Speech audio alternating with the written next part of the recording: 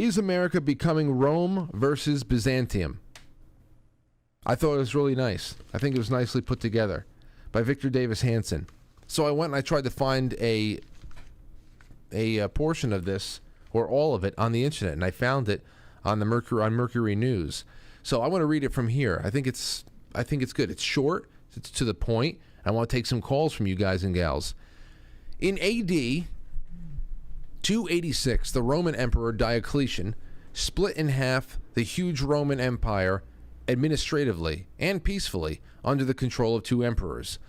A Western Empire included much of modern-day Western Europe and Northwest Africa. The eastern half controlled Eastern Europe and parts of Asia and Northeastern Africa.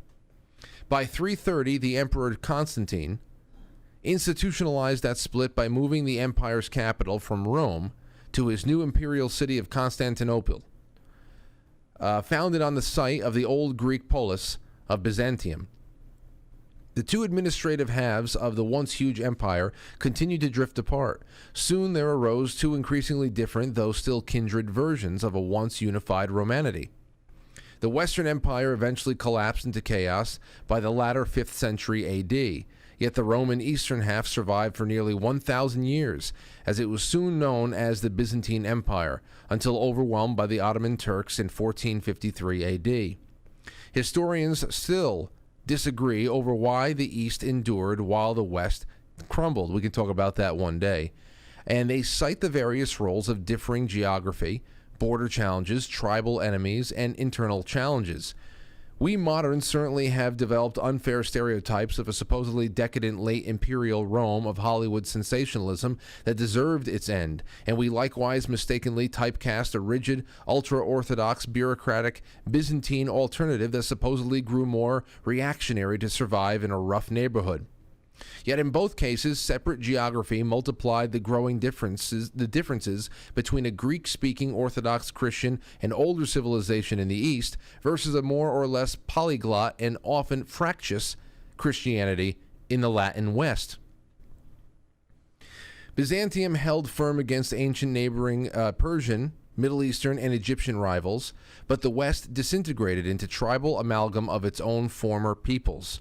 Unlike the West, the glue that held the East together against centuries of foreign enemies was the revered idea of an ancient and uncompromising Hellenism, the preservation of a common, holistic Greek language, religion, culture, and history. By AD 600, at a time when the West had long ago fragmented into tribes and Proto-European kingdoms, the jewel at Constantinople was the nerve center of the most impressive civilization in the world, stretching from Eastern Asia Minor to southern Italy.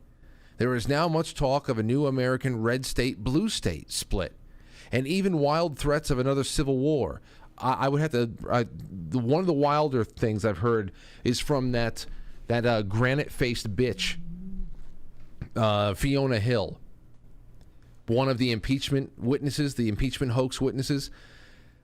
She was on with somebody recently talking about 2024. If there were some kind of a way that Donald Trump were going to run and is actually going to win the presidency for a third time, she said that it was illegitimate.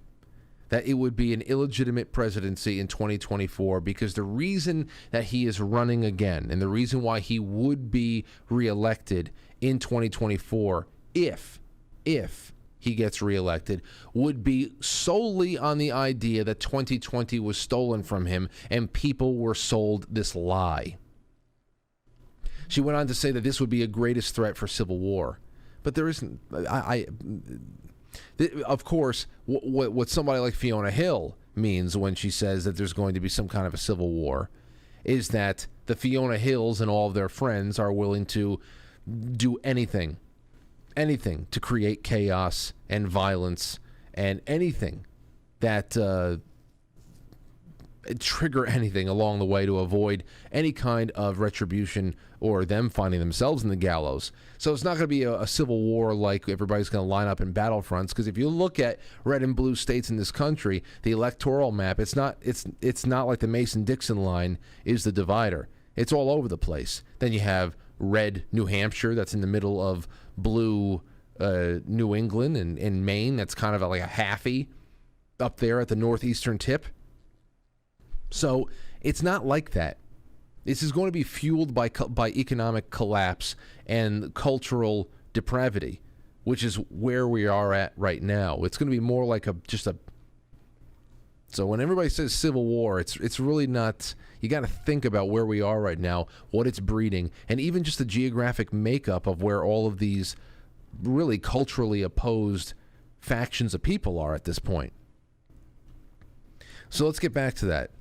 There's much talk now. I'm going to just start over from the beginning on that end.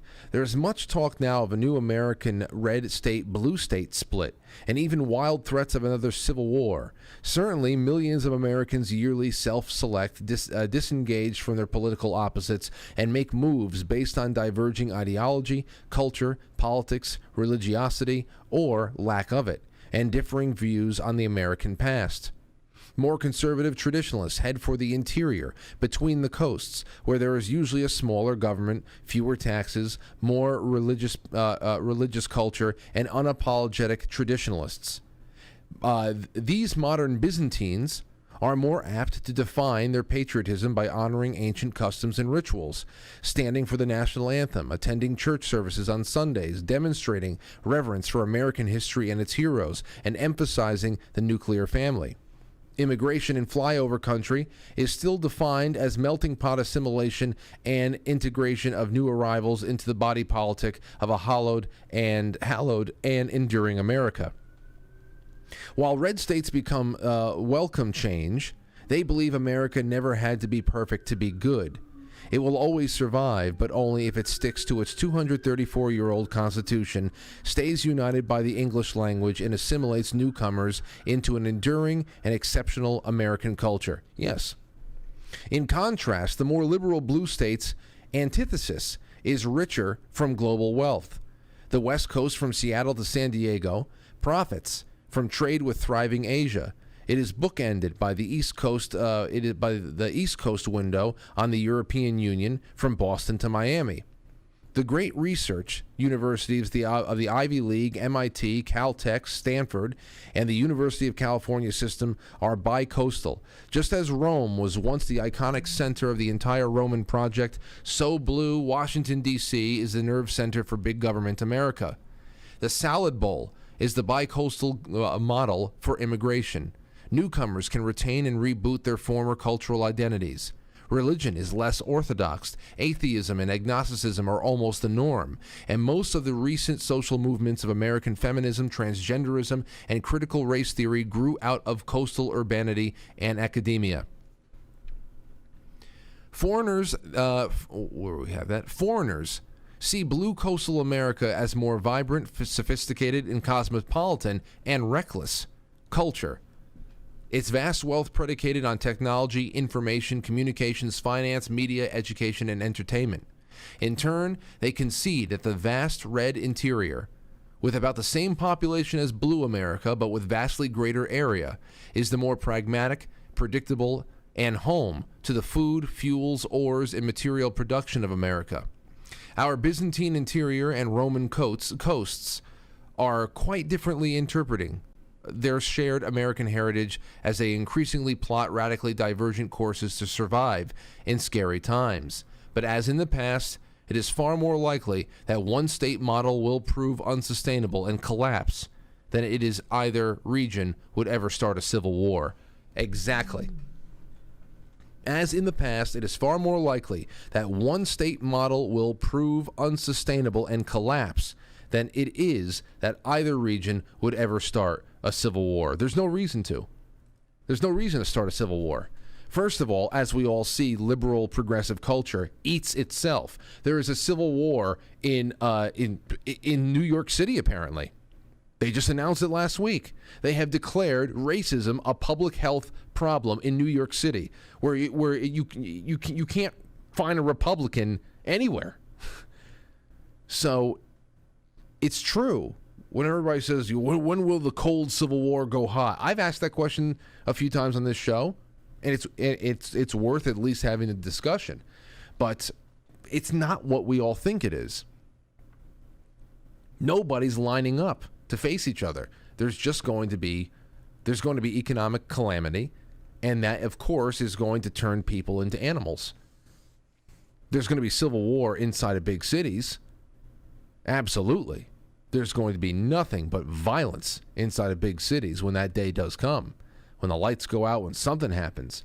But why anybody in red states would want to invade the blue? No, they're probably going to be more. Everybody I know that lives in the interior and these red states along the coast and all that stuff are far more worried about people from blue states coming over there.